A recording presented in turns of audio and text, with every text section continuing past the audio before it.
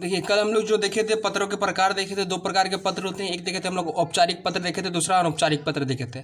औपचारिक पत्र के बारे में कल हम लोग पढ़ चुके थे, हम लोग एग्जाम्पल भी बना चुके थे और हम लोग देख चुके थे इसका फॉर्मेट क्या होता है। और अगर आप ये नहीं समझे होंगे तो दोबारा आप जाके उस वीडियो को देख लीजिए और पूरा समझ में आ जाएगा कि औपचारिक पत्र होता क्या है। ठीक है, आज हम लोग देखेंगे अनौपचारिक पत्र। जो अनौपचारिक पत्र होता है जिसको हम लोग इनफॉर्मल लेटर बोलते हैं, इसको देखेंगे। तो देखिए, अनौपचारिक पत्र जो है इसको इनफॉर्मल लेटर बोलते हैं इंग्लिश में। और इसका डेफिनेशन क्या होता है, मतलब इसका मतलब क्या होता है, अनौपचारिक पत्र बोलते किसको है। तो अनौपचारिक पत्र उन लोगों को लिखा जाता है जिनसे हमारा व्यक्तिगत संबंध रहता है। अनौपचारिक पत्र अपने परिवार के लोगों को, जैसे माता पिता, भाई बहन, सगे संबंधियों और मित्रों को उनका हालचाल पूछने, निमंत्रण देने और सूचना आदि देने के लिए लिखा जाता है। जैसे कि हम लोग देखे थे औपचारिक पत्र में वैसे लोगों को लेटर लिखा जाता है जिससे कोई पर्सनल अटैचमेंट नहीं रहता है, जिससे कोई संबंध नहीं रहता है। उसी का उल्टा अनौपचारिक पत्र वैसे लोगों को लिखा जाता है जिससे संबंध रहता है, जैसे कि आपका बहन हो गई, आपका भैया हो गए, आपके पापा हो गए, आपके माता हो गए, माता पिता, भाई बहन, या फिर कोई भी ऐसा संबंध जिससे आप रिलेटेड रखते हो।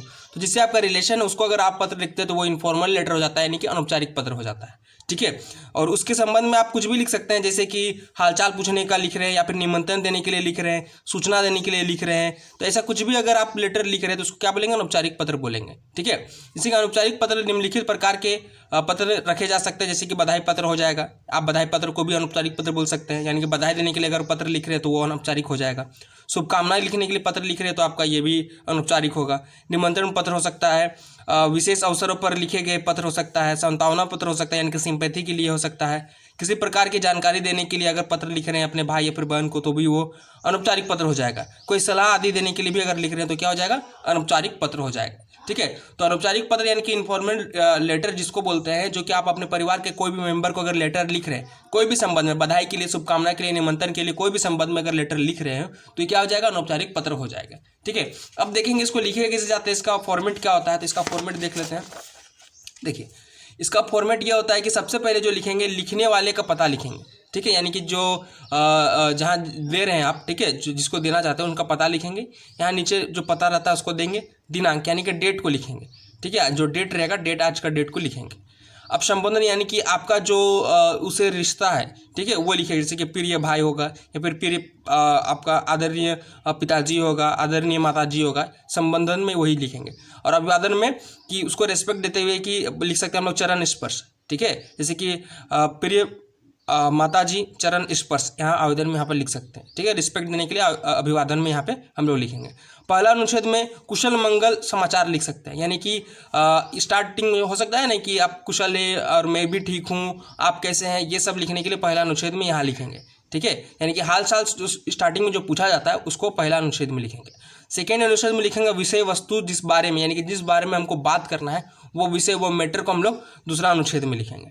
ठीक है, और तीसरा अनुच्छेद में हम लोग क्या लिखेंगे, समाप्ति के लिए, कि इतना ही लिखते हुए मैं अपना कलम को रखता हूँ, या फिर आप जैसे भी लास्ट कर सकते हैं, समाप्ति आप जैसे कर सकते हैं। तो तीसरा अनुच्छेद में आप समाप्ति को यहाँ पे लिखेंगे। ठीक है, तो 3 अनुच्छेद में आप अपना लेटर को खत्म कर सकते हैं। मान लीजिए आपका अगर कोई भी रिलेटेड पत्र है, बधाई पत्र है, तो बधाई पत्र के लिए अगर आप लिखना चाहते हैं अपने भाई को तो फिर भाई लिखिएगा, फिर अभिवादन में उसको लिखिएगा, पहला अनुच्छेद में लिखिएगा कैसे हो, मैं ठीक हूँ, और दूसरा अनुच्छेद में लिखिएगा कि मुझे बहुत खुशी हुई जया जान के कि तुम अच्छे नंबर से पास हुए, मैं बधाई देना चाहता हूँ, ये लिखिएगा। समाप्ति में लास्ट में वो लिख दीजिएगा कि इतना ही लिख के मैं अपना कलम रखता हूँ, वगैरह वगैरह लास्ट में आप लिख दीजिएगा। ठीक है, उसके बाद लिखिएगा पापक के साथ प्रेषक का संबंध, यानी कि आपका जो रिलेटेड, आपका रिलेशन जो है, यानी कि जिसको आप भेज रहे हैं उससे आपका क्या संबंध है।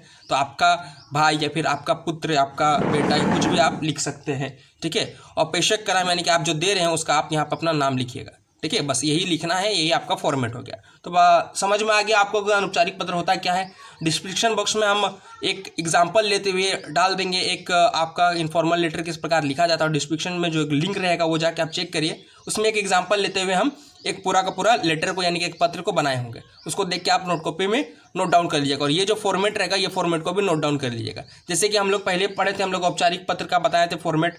अगर कोई लेटर चेंज होता है तो बस आपको नाम, प्रधानाचार्य विद्यालय का नाम में चेंजेस होता है, उसी प्रकार इसमें भी अगर कोई अलग लेटर रहेगा तो चेंजेस कहाँ पे होगा, बस यहाँ परिवादन में, संबोधन में और आपका अनुच्छेद में तो अपने से लिखा जाता है। ठीक है, तो आशा करते हैं वीडियो आपको समझ में आया होगा और डिस्क्रिप्शन लिंक में जाके वो आप हो सके तो एग्जाम्पल को जरूर देख लीजिएगा, उसको नोट डाउन जरूर कर लीजिएगा। मिलते हैं अगले वीडियो पर, धन्यवाद।